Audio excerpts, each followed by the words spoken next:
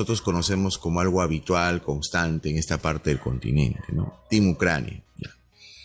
Perfecto. Yo de todas maneras soy partidario de Ucrania por el hecho mismo de haber Rusia haber atentado contra la tranquilidad de los propios estados, obviamente independientes, ¿no?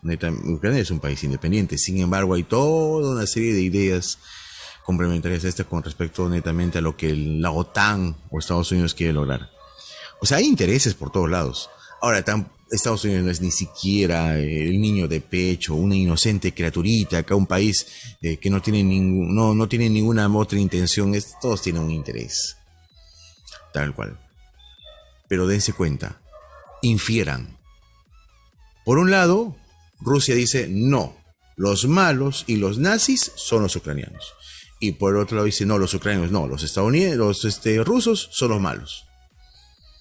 Entonces, alguien se pone a preguntar, entonces, ¿a quién le creo? ¿A quién le hago caso? ¿A quién dice lo correcto? Entonces caigo en una situación de que, oye, ¿qué hago? No es lo concreto, no es lo correcto, no es lo idóneo. Vea la información. La información te dice que Rusia tiene intereses, no permite el avance de Occidente sobre Oriente. Profe, ¿cómo que Occidente? A ver. Disculpen. Ya.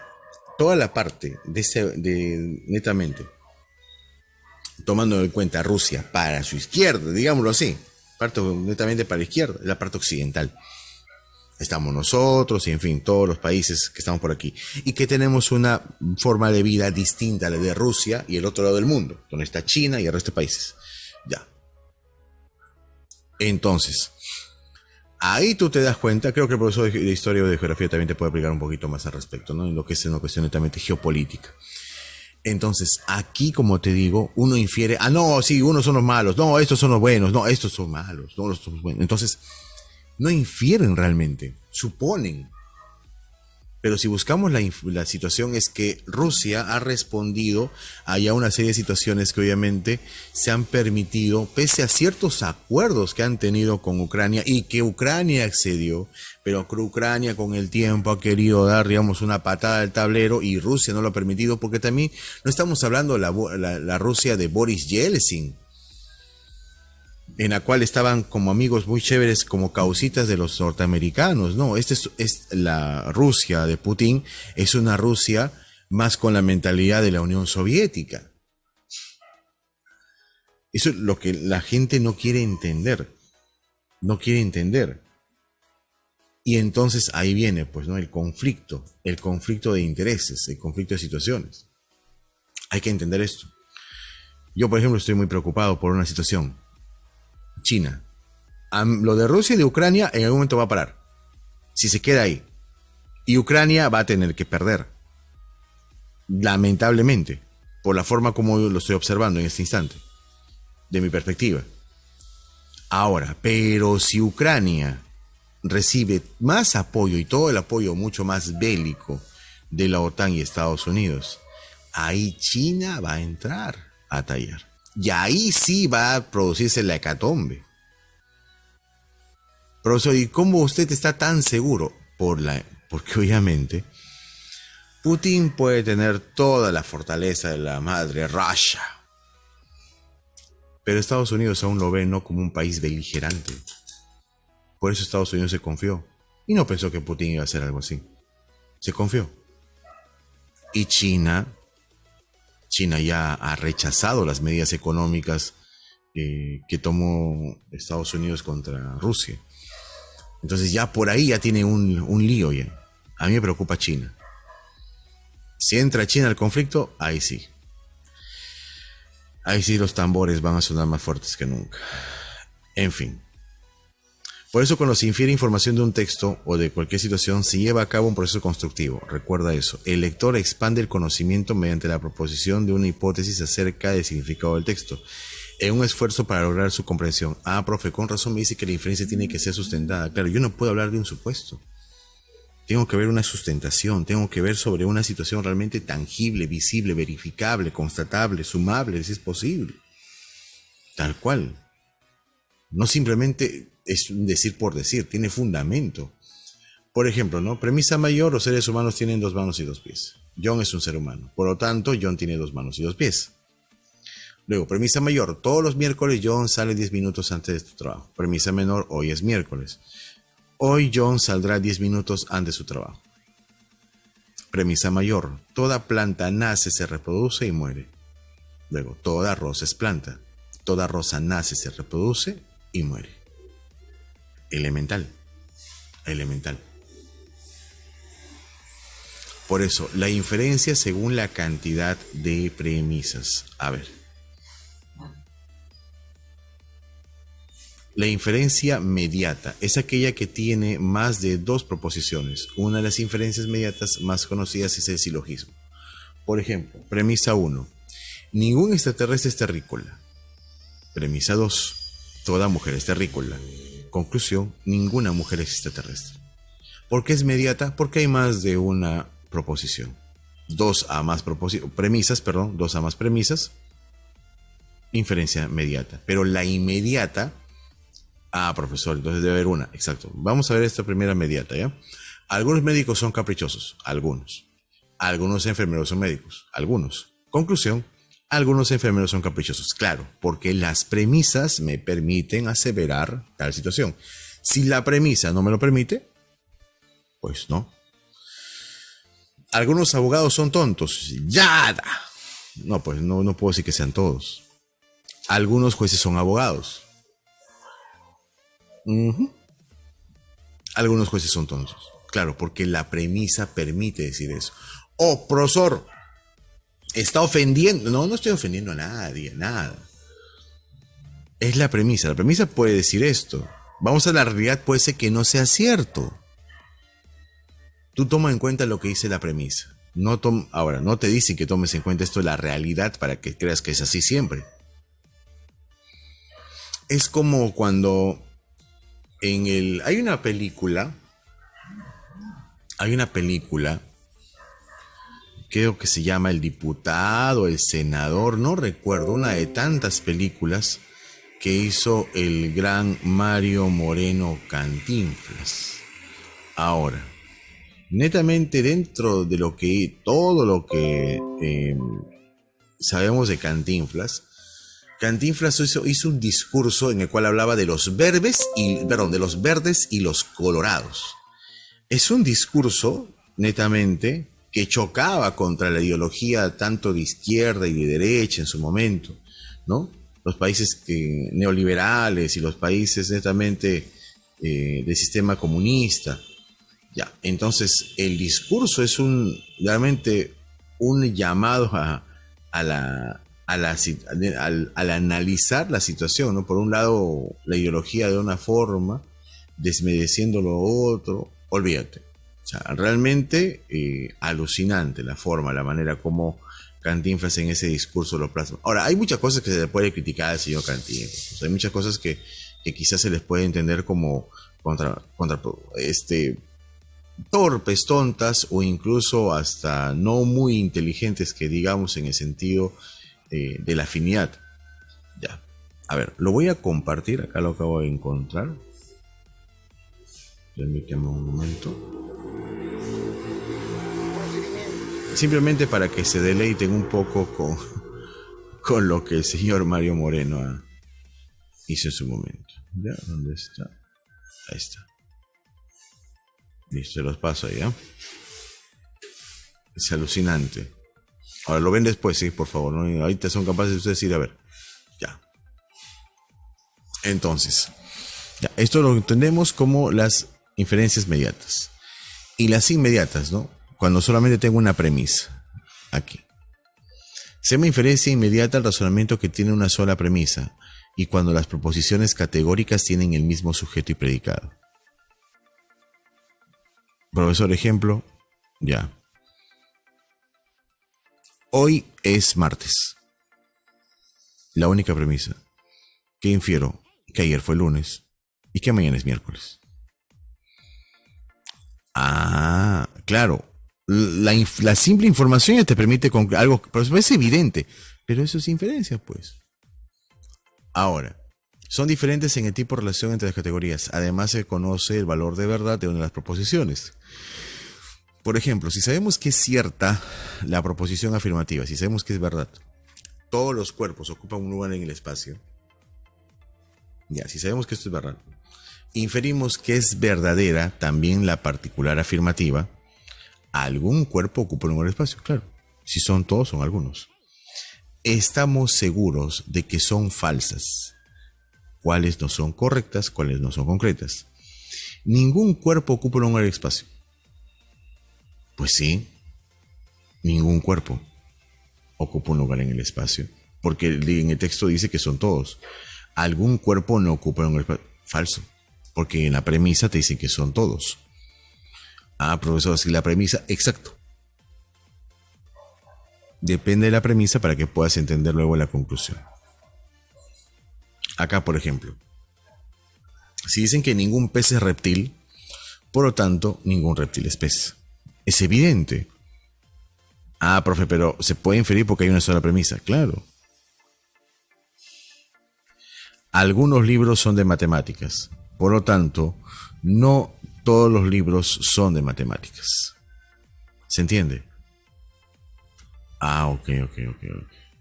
Entonces, ahí tú te das cuenta de que de alguna u otra manera, de alguna u otra forma, ¿no? Las inferencias siempre tienen un sustento, así sea con una premisa, en este caso. Bien, chicos, un segundo, por favor.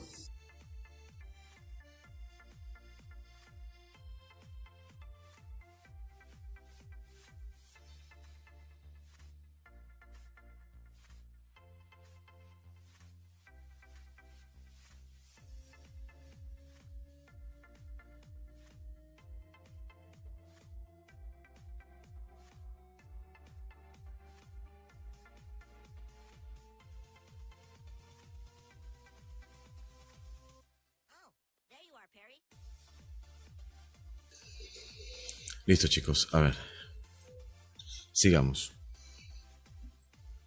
Ya, la inferencia según la necesidad de sus conclusiones. A ver, primero el razonamiento deductivo. A ver, a veces nos han enseñado que la deducción es ir de lo general a particular, pero no hay que ser tan sanos, pues, sanazos. Eh, ¿Cómo así, profesor? Lo que pasa es que confundimos muchas veces de alguna u otra manera y bueno, por ahí simplemente digamos que no damos la teoría completa. Y yo te digo porque cuando he enseñado en academia muchas veces, cuando llegan los alumnos la primera vez a una academia, estrictamente, yo percibo, yo noto, los chicos están entre perdidos, angustiados, profesor, no sé qué hacer, profesor, no entiendo, profesor. ¿Por qué, hijo? Porque en el colegio me enseñaron una cosa y usted me dice otra.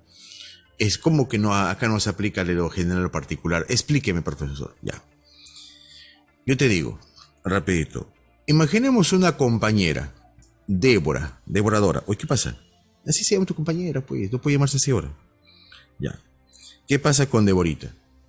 Ella, cada vez que está triste, afligida, compungida, lo que hace es irse de shopping, de compras, y gastar, despilfarrar por doquier. Se revienta la tarjeta.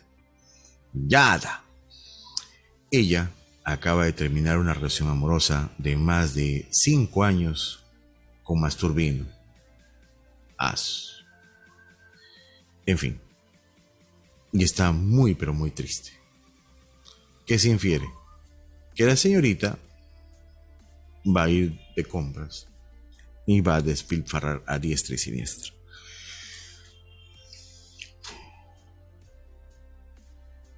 ¿Cómo aplicas ahí de lo general a particular? ¿Cómo aplicas? ¿Cómo haces para aplicar ahí de lo general a lo particular? ¿Cómo? Ah, verdad, profesor. Claro. ¿Te das cuenta? No lo puedes aplicar. Te digo entonces. El razonamiento deductivo es aquel donde la conclusión se obtiene necesariamente de las premisas, es decir, el apoyo que las premisas dan a la conclusión es concluyente, absoluto, es terrible, contundente. En un razonamiento deductivo, si las premisas son verdaderas, la conclusión también lo será. La conclusión no aporta información nueva, es decir, se concluye algo que está implícito en las premisas. Va casi siempre de lo general a lo particular. Ahora, esto casi siempre se refiere a la forma como aparecen las premisas, no cómo sigue la conclusión. Esto no tiene que ver con lo otro. ¿Cómo así, profesor? Te explico. Mira. Bernabé es un hombre no casado. Premisa. Luego es un hombre soltero. ¿Cómo aplicas acá de lo general a lo particular? Ah, claro, es que es una información evidente. No es una cuestión de... Ay. Mira, Bernabé es un hombre no casado. Luego, entonces, es un hombre soltero. Claro, la conclusión es contundente. Es irrefutable. Tal cual.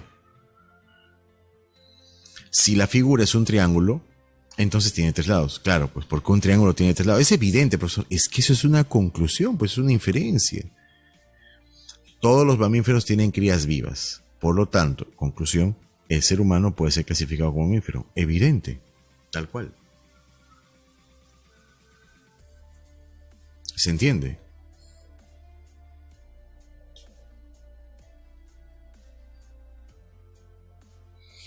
Entonces, ahí nos tenemos que dar cuenta, netamente, de la forma, de la manera, como justamente, de alguna manera u otra, se está refiriendo a la información, tal cual. En esa forma, en esa manera.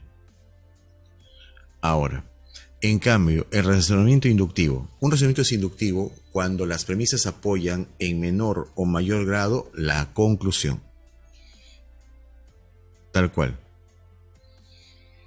Repito. Profesor, entonces la deducción es contundente. Totalmente. La deducción es contundente.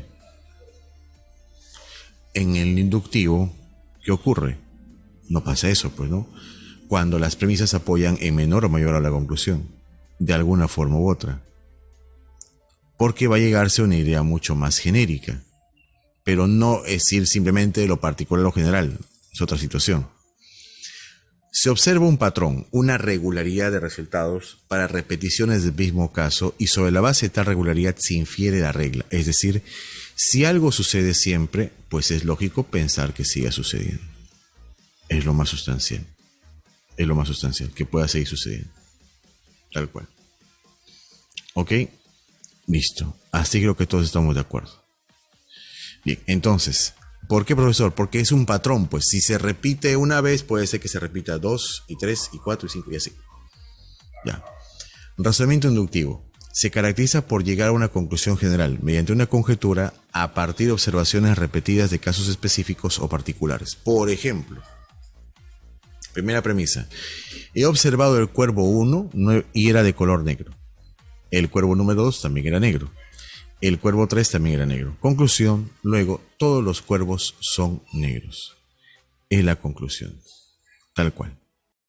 Netamente, evidentemente. Entonces, esto ocurre en la situación inductiva. ¿Pero qué ocurre? Todos los cuervos son negros. Yo no puedo llegar a esa conclusión. Esto es lo que supuestamente lo tomamos como cierto, pero esto es una falsedad.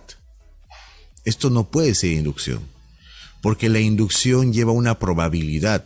Decir que luego todos los cuervos son negros es una idea contundente. Y no, en la inducción no hay una contundencia tan garrafal, tan sentenciante. Esto igual pasa con el cisne, ¿no? ¿Todos los cisnes son blancos? No, puede darse la situación de que un cisne sea negro. No lo puedo generalizar por generalizar. Por eso, la deducción y la inducción. En la deducción, el contenido de la conclusión está presente, al menos implícitamente, en las premisas. La deducción es explicitativa, y la conclusión de un razonamiento inductivo va más allá del contenido de las premisas. La inducción es ampliativa, porque la deducción obviamente es lo que está en el texto, y la inducción es lo que amplía el texto. Si las premisas son verdaderas, la conclusión lo será. La deducción es válida La deducción válida es necesariamente preservadora de la verdad, según las premisas. Ojo, profesor, entonces toda la información que me da es cierta. No, porque la premisa puede ser que incluso sea falsa, pero falsa en la realidad. Si te dicen en las premisas que las arañas utilizan sus alas para desplazarse de un lugar a otro, sabemos que las arañas por lo general no tienen alas y no se desplazan con ellas. Pero imaginemos que sea un texto que diga eso, pues entonces la inferencia tendrá que estar basada en esa premisa. Por eso un argumento inductivo pertinente puede tener premisas verdaderas y conclusión falsa. La inducción no es necesariamente preservadora de la verdad, eso sí. Ahora, por eso la validez deductiva no tiene grados, porque es contundente, es tal cual. En cambio, la inducción admite grados de apoyo, netamente. Formas de preguntar por inferencias. Del texto se deduce, se infiere, se colige, se desprende, se concluye, se entiende, se arguye. Netamente, preguntas de inferencia. Ahora, vamos por la intención del autor. El autor escribe y no escribe por las puras. Tiene algo, busca algo, desea algo. Así como tú, hijito, cuando paras yendo a su casa. No, mi amiga, dice. ¿Cuál es el propósito del autor? ¿Qué busca? Los autores siempre escriben por alguna razón. Todo lo que lees tiene un propósito o intención comunicativa. Para ello, el autor puede considerar las siguientes opciones. O sea, ¿qué puede tomar en cuenta? 1. Escribir. Describir, perdón. Entregar detalles y rasgos de una persona, lugar o cosa. Eso es lo que va a buscar en la descripción. 2. Entretener. ¿Qué ocurre de esta forma? Cuenta una historia, anécdota que deja una enseñanza. Netamente. Describe, detalla, entretiene. Netamente. Otro, convence, persuade. Selección de opiniones para que revises algo, ¿no? Comprar, creer, en fin. Situaciones diversas. Y 4, también puede ser explicar. Selecciona información para hacer algo, ¿no? Instrucciones, explica. Eso, por ejemplo, se complementa con la descripción. Pero eso como que está el texto descriptivo, el texto narrativo, el texto argumentativo y es informativo. ¿Te das cuenta? Muy parecido. Claro, se complementa con ello. Exactamente. Por eso la intencionalidad o propósito comunicativo, el propósito del autor varía de acuerdo al tema y a los objetivos. ¿Qué pretende el emisor con su discurso? ¿Qué busca? Primero, para eso tienes que identificar el lenguaje que usa el emisor. Si es denotado o connotado. Si es denotado, es objetivo, son los hechos. O sea, tal cual la información. Pero si es connotativo, es una cuestión subjetiva, una opinión, algo que él cree.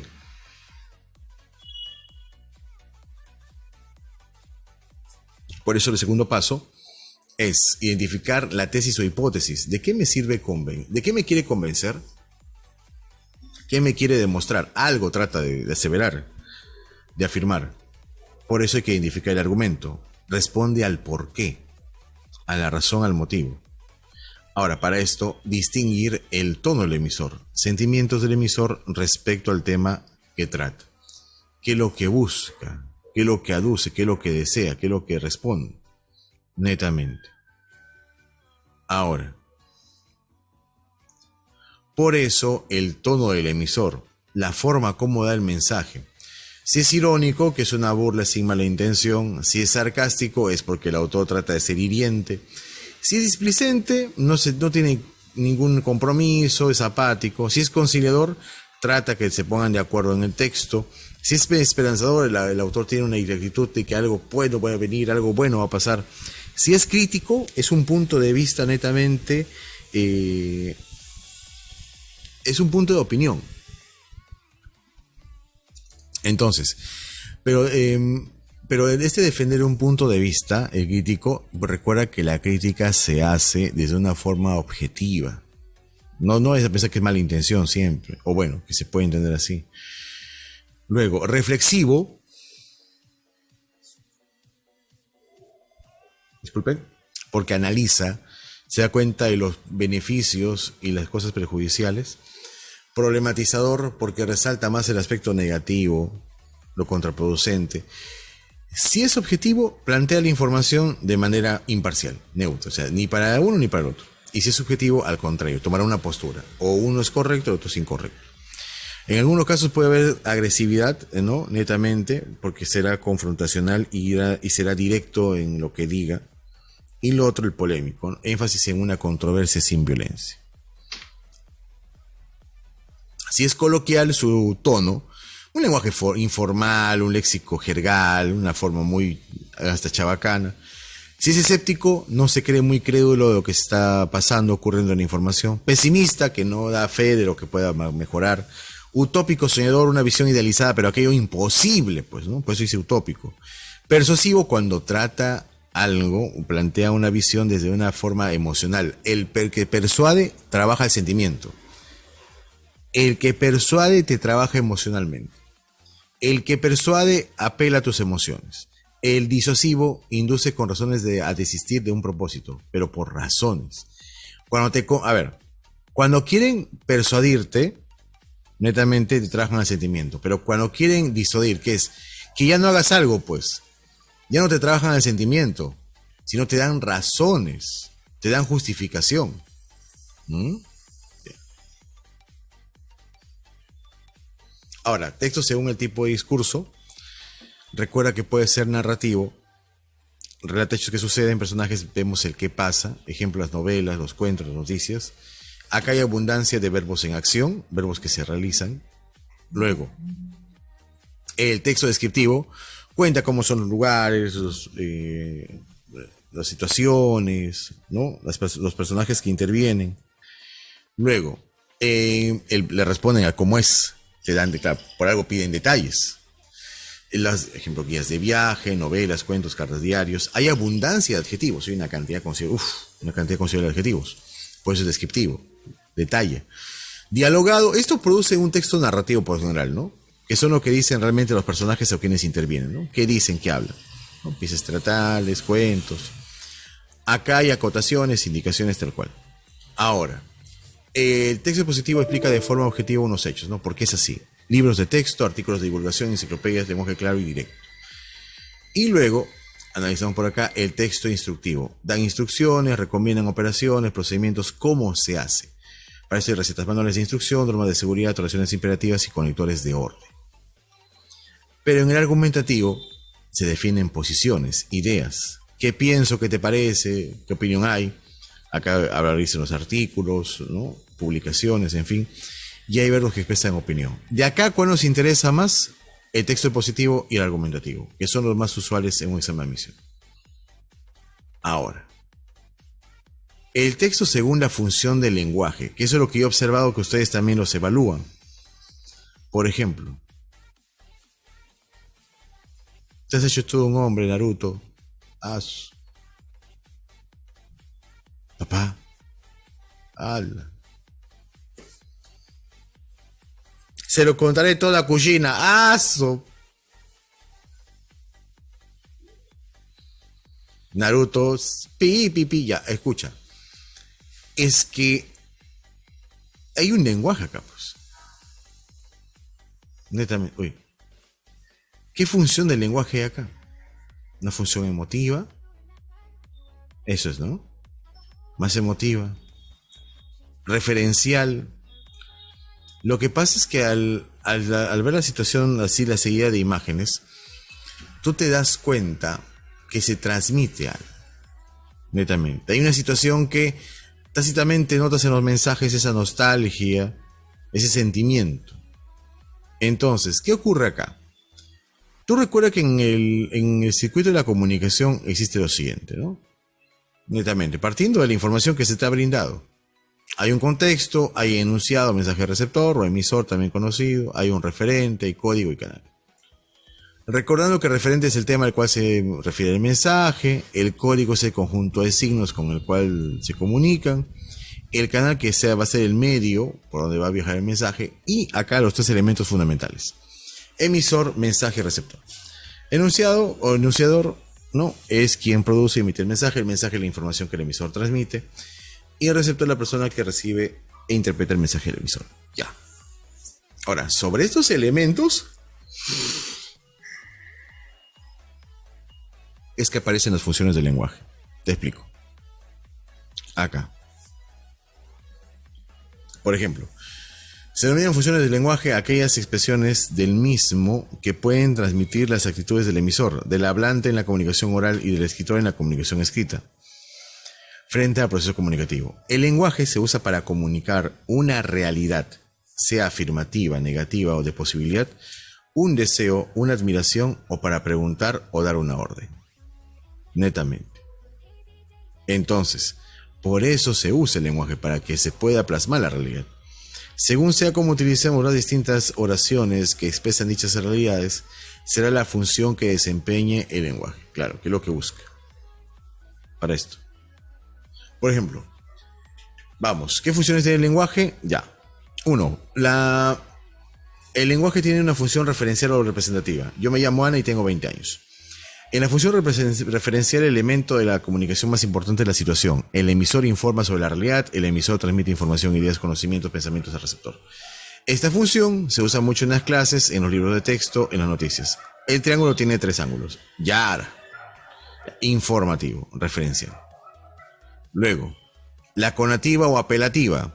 Tienes que venir ya. En la función conativa, el receptor es el elemento de la comunicación más importante. El receptor. El emisor quiere que el receptor haga una cosa y se usa el lenguaje para mandar, para pedir, para dar un consejo. La función conativa también se usa mucho en la publicación de los anuncios. Por ejemplo, ¿puedes prestarme el libro? Ahí está. Porque indica un mandato. ¿Ok? Luego, función fática o de contacto. Está centrada en el canal. Su contenido informativo es nulo, es muy escaso. Su fin es iniciar, consolidar, interrumpir, detener o finalizar la comunicación. Ejemplo, fórmulas de saludo. Buenos días, hola, ¿cómo estáis? ¿Qué hubo? Fórmula de despedida. Adiós, hasta luego, nos veremos, que lo pases bien, etc. Y fórmulas que se utilizan para interrumpir una conversación y luego continuarlo. Perdón, espera un momentito. Como le decía, hablábamos de netamente, ¿no? Las funciones de la función fática o de contacto. Luego,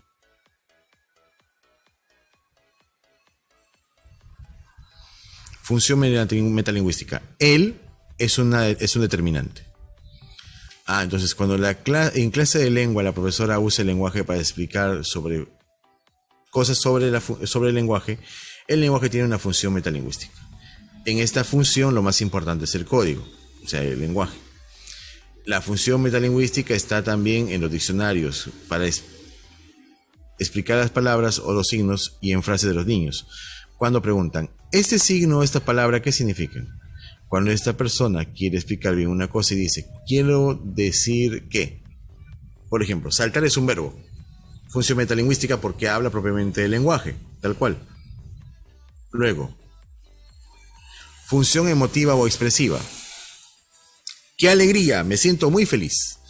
La emotiva es cuando el emisor quiere comunicar sus estados de ánimo, sus emociones, sus sentimientos. En esta función lo más importante es el emisor. Ejemplo, estoy muy nerviosa. Porque está dando cuenta lo que está sintiendo, lo que está percibiendo en ese instante. Tal cual, por eso es emotiva o expresiva. Ahora, la poética o estética se utiliza preferentemente en la literatura. El acto de comunicación está centrado en el mensaje mismo, en su disposición, en la forma como éste se transmite. Entre los recursos expresivos utilizados están la rima, la aliteración, refranes, frases hechas, juegos de palabras, ya, netamente. Entonces está dando cuenta ahí de funciones netamente exageradas, ¿no? En todo caso que utilizan el embellecimiento del idioma. Bien vestido, bien recibido. Casa Zabala, al que vender, regala. Qué alegría me da verte. El tiempo vuela. No confunda suciedad con suciedad. Entonces se refiere a una función poética porque hay un embellecimiento, una musicalidad en el mensaje. En la comunicación normalmente se mezclan varias funciones, eso es cierto. Mañana no hay clases. En casi todos los mensajes hay más de una función, hay 2 o más funciones juntas. Muchas veces no es fácil saber cuál es la principal. Ejemplo, en una frase como hoy no hay clases, ¿qué funciones hay?